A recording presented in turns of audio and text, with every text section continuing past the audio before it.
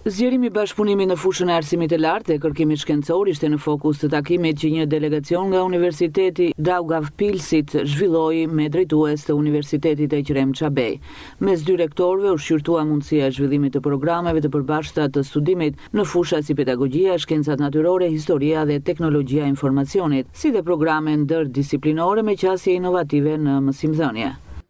Yeah, it is a great pleasure to be here.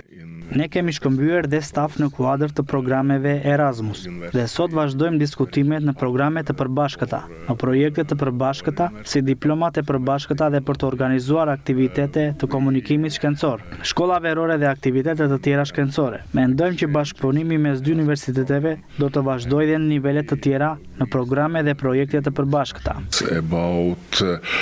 Bashkëpunimi do të fokusohet edhe në fusha të tjera me interes të përbashkët, siç janë shkollat verore, botimet e artikujve shkencor në revistat e këtij universiteti, por ajo ku ndalet rektoria Hucana është për të hapur një shkollë të re doktorale në fushën e shkencave të natyrës. Tashmë ne kemi një shkollë doktorale në fushën e shkencave shoqërore me një Universitet e Europës Perëndimore. Tashmë jemi në hapat e para për të konkretizuar pas apo hodhë si ide dhe ku ne të dy palët e pritën me shumë kënaqësi për të hapur këtë program dhe ndërkohë bashkëpunimi ynë do të konsistojë dhe në fusha të tjera me interes të përbashkët, siç janë shkollat verore, siç janë botimet tona të stafeve akademike falas në revista Scopus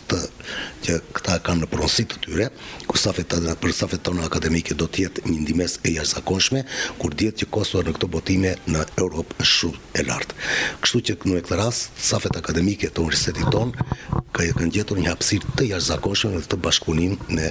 universitetin partner.